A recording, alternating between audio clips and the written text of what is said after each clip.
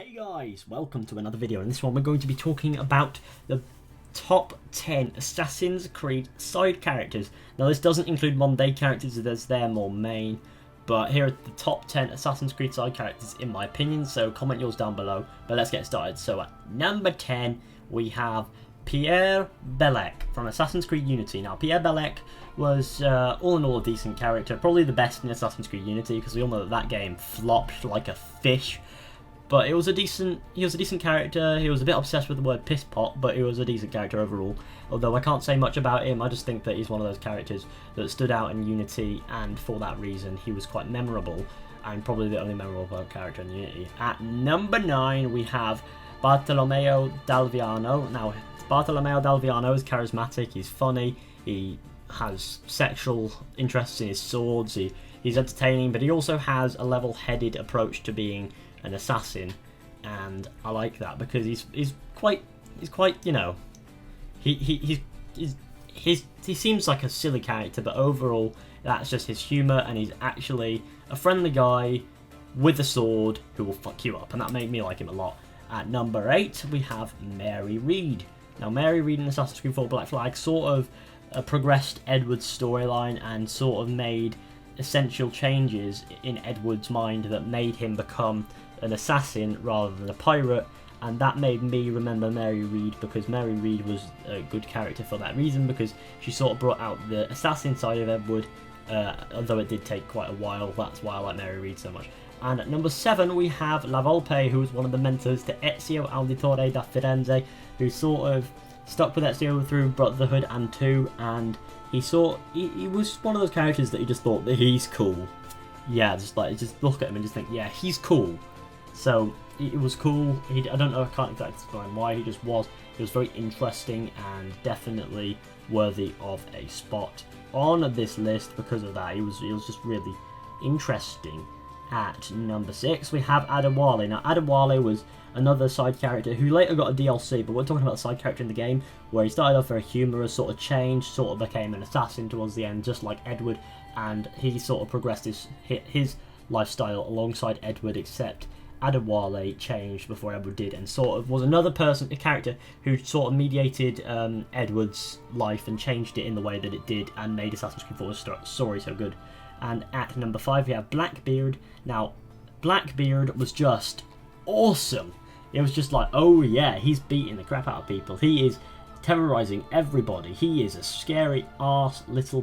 He just one of those characters that you just like because he's got the character. He's got the character to be himself. He's a very unique character, and he's just cool, and he's a good fighter as well. And his death was a brilliant scene, and it was probably one of the saddest moments in Assassin's Creed overall. So I thought the Blackbeard was definitely a good character. At number 4 we have NICCOLO Machiavelli. Now Machiavelli was another character who sort of mediated Ezio's life and sort of helped him become the assassin that he did become, and he's the person who was appointed to Ezio's Grand Master of the Brotherhood in Italy, I think. And that, you know, that he was one of those cool characters that sort of only appeared towards the end of Assassin's Creed 2 and sort of very skeptical about Ezio, very, you know, very serious, but he was one of those characters that was just cool and interesting.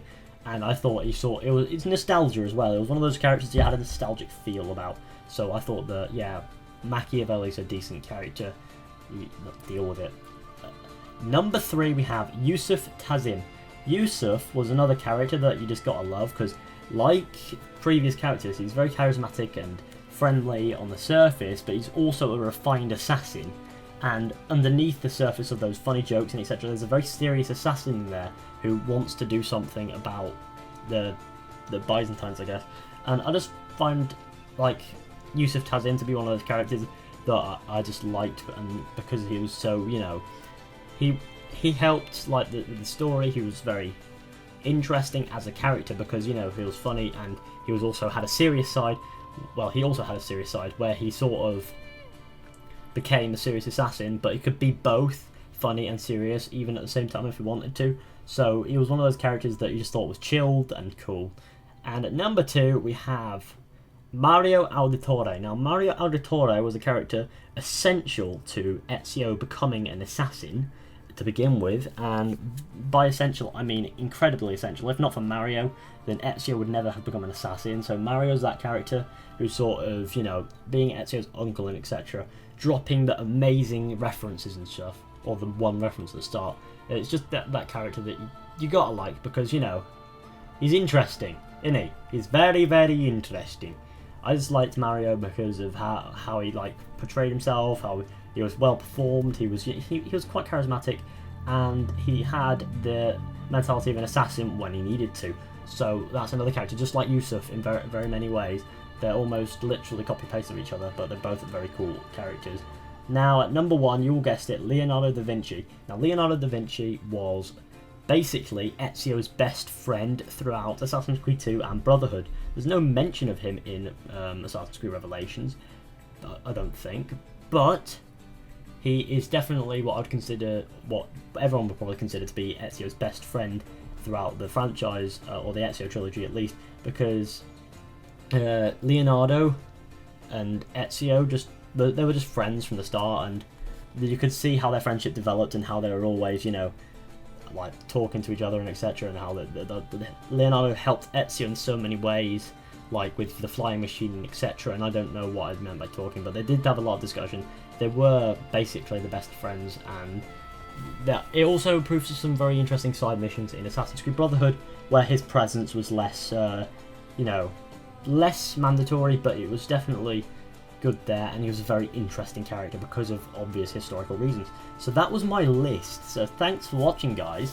Hope you enjoyed. Be sure to go ahead and like, subscribe, share, comment, tell your friends about the channel, of course, and I'll see you all in the next one very soon with another video. So be sure to go ahead and subscribe. The goal by the end of the year is 5,000 subscribers, and I'll see you all very soon. So thanks for watching, edgy lads, and I'll see you all soon. So yeah, so long.